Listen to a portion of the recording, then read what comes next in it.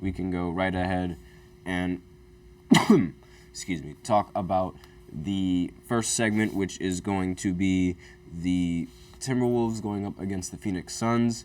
So they played on Friday, and on Friday they ended up going up 3-0 in the series. And I couldn't cover that game because, obviously, it happened relatively late at night, and I do the podcast at 12, so I did it before this game. But they ended up taking the series 3-0, and Ant scored 36 points in Game 3. Rudy Gobert had 19 points and 14 rebounds. Mike Conley had 15. Karl-Anthony Towns had 18 and 13. And Nickeil Alexander-Walker had 16 points. And Naz Reid had 13. Now for Phoenix side, Bradley Beal ended with 28. Kevin Durant ended with 25. Devin Booker ended with 23.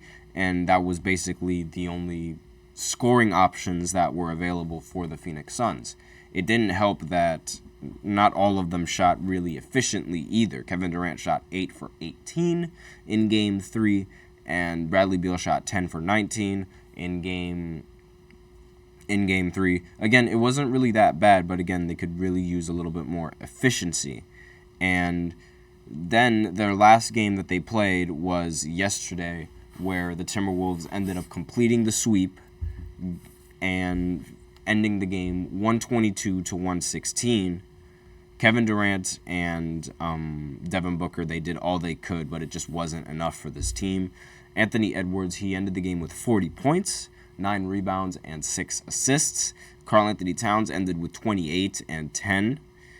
Jaden McDaniels ended with 18 and 3. Mike Conley ended with 10 and 7. And that was all that was really needed for the scoring from the Timberwolves. The Phoenix Suns, Devin Booker ended with 49 points, but Kevin Durant ended with 33 points and 9 rebounds. So they were really good, and they were very efficient. Devin Booker shot 20 free throws. He shot 21 free throws and made 20 of them. But Bradley Beal, he was the one player that did not play very well in this game, and he shot 4 of 13 from the field. He said before this game that he's never gotten swept in his life, and he would be damned if that ever happened. And there's a first time for everything, and that's what happened. So it was really embarrassing how this Phoenix Suns team ended up playing about this season, because with how they were hyped up, it was seen as a very strong super team, because you had 3 players that could create a shot for themselves whenever they pleased. And it seemed like a repeat of Kevin Durant's days with the Brooklyn Nets. And again, with it being a repeat, it kind of also repeats the same success that the Brooklyn Nets have had in the postseason with Kevin Durant, because this style of play is not easy to replicate in the playoffs. It's not really easy for teams to be able to do consistently in these postseasons, because these offenses are relying on 2 or 3 players. For example, if you're the Dallas Mavericks, who are basically doing the same thing, where it's you have Luka or Kyrie with the ball and they're handling the offense, you have either 2 or 3 players in charge of controlling the offense. If they're not playing well, then there's no other direction that you can take the team. So it's entirely dependent on either the 3 or the 2 players that are running the offense. And when you have, it sort of hinders your team, because it makes it a little bit easier to stop, because you sort of know exactly what to expect. And it makes it a little bit easier to defend, and that's sort of what the Timberwolves were able to exploit a lot in the series.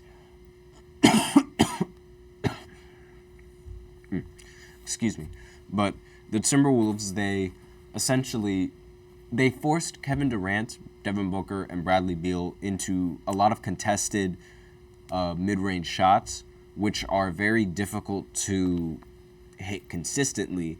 And because of that, because they were forced into taking only those kind of shots, they just weren't able to get into a consistent rhythm up until the very last game. And obviously, like, you don't want to just play well in the very last game. And it's unfortunate that Bradley Beal couldn't step up in this game to help avoid the sweep. And this is a really bad look for Kevin Durant and his legacy as an NBA player, because the last 3 playoff series that he's been in, he's gotten swept twice in the first round, and he only got as far as the second round in one of those series. And then before that, he was only able to make it as far as the second round as well. So ever since Golden State, he hasn't really found that much success in the postseason, despite being one of the league's best players in the NBA. And he rarely gets scrutinized for it, given how we hold him to the status of being either top 2 or top, at one point when he was on Brooklyn, he was considered the best player in the NBA. And it was sort of unfortunate that he stepped on the line, ending Brooklyn's season. But ever since then, Kevin Durant hasn't really done much for the Nets. He hasn't done much for Phoenix, and he hasn't done much for an organization since Golden State. So I don't really know. And what makes this worse is like the amount of cap space that the Phoenix Suns have going into these future seasons, because now they traded away all of their picks just so they could get Kevin Durant and Bradley Beal. So now they have to stick with this big 3 that didn't work the first year, and now they have to expect that to work as these players get older, and as Bradley Beal, because Bradley Beal, if he continues to get older, then there's more chances that he's going to get injury prone along with the rest of these players. So they're not really good on time with Kevin Durant, and they're not really good on time with Bradley Beal either. But that's all I really have to say for that game. But the other game that we were going to talk about is the Lakers going up against Denver. And an interesting stat over the series is that the Lakers have led a majority of the time in this series, over 100+ minutes. And the Denver Nuggets have only led about 40 minutes of this series, yet they're up 3-1 in this series. So this game, it started the same as every other game that the Lakers have played. The Lakers were up by a lot of points, and then Denver Nuggets were down at the half. Seemed like the Lakers were going to win it easily, but then the Denver Nuggets slowly crawled back in, and you almost thought that it was going to happen again, because it always happens that the Lakers, they get this big lead over Denver, and it's been happening since Game 1, Game 2, and Game 3. They always get this big lead over Denver, and Denver just claws their way back in the game, and they end up winning it somehow.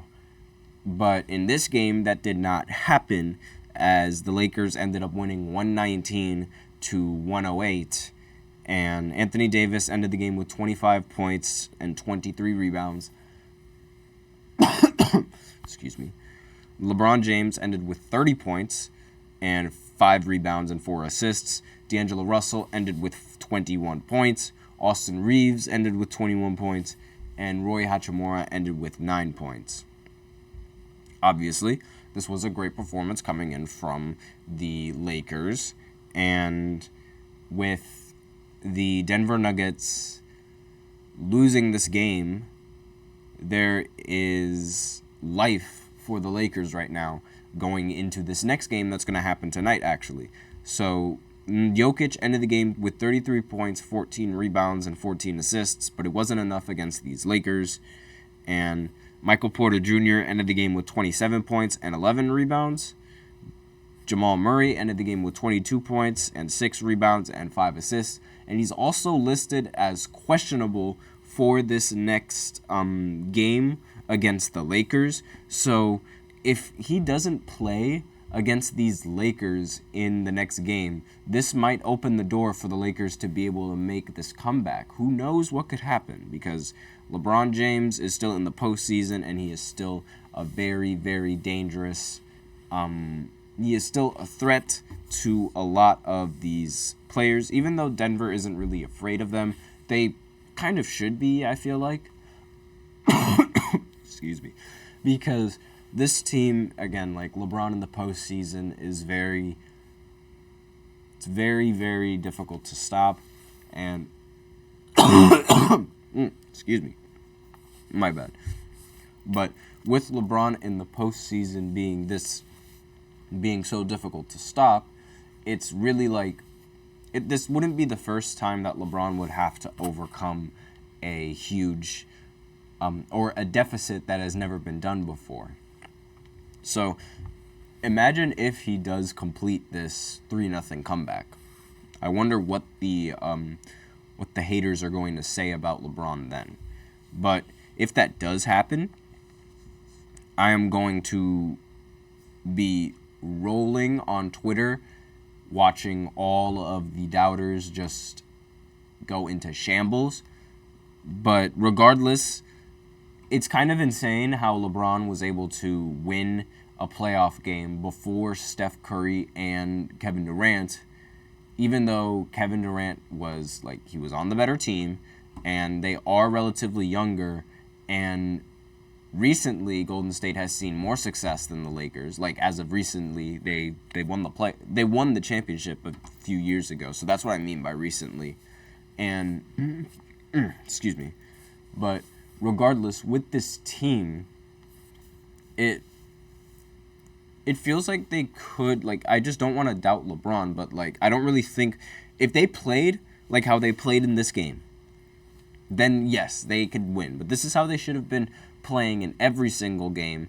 It's just, they just weren't able to do that. I don't know if it was because of nerves or if it was for other reasons outside of basketball related reasons, but they just weren't doing what they needed to do. They weren't closing out these games, which Denver was able to take advantage of. So the Lakers, if they're able to close out these games, then they can definitely win this series without a doubt. But that's all I have for this playoff series and that other series. So with that, we are out of time, and I will go ahead and go into the second segment where I'm going to be talking about the Clippers tying the series against the Mavericks, as well as the Magic tying the series against Cleveland. So I will be right back after this short break.